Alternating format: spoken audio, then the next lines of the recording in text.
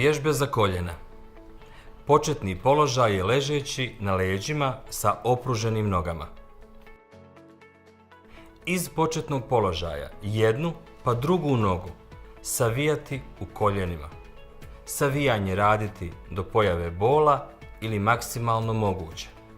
Ponoviti vježbu 7 do 10 puta.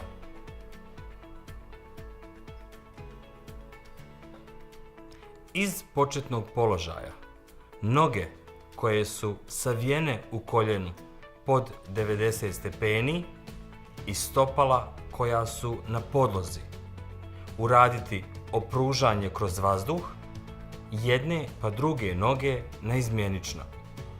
Ponoviti vježbu 7 do 10 puta objema nogama. Sjediti na rubu stolice ili kreveta. Koljena su pod pravim uglom. Raditi prvo bez, kasnije sa opterećenjem u nivou skočnog zgloba. Opružati potkoljenicu, neizmjenično jednu pa drugu. Pokret zadržati 3 sekunde i vratiti. Ponoviti vježbu 10 puta. Ležeći na stomaku sa opruženim nogama.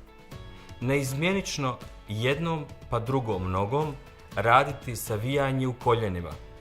Prvo se vježbe mogu uraditi bez opterećenja, ali zatim i sa opterećenjem, koje će se staviti iznad skočnih zglobova obje noge. Vježbu ponoviti 7 do 10 puta. Dexalgin gel. Stavite tačku na bol. Pri upotrebi pažljivo pročitati uputstvo o lijeku. Za obavijesti o indikacijama, mjerama opreza i neželjenim dejstvima lijeka posavitujte se sa ljekarom ili farmaceutom.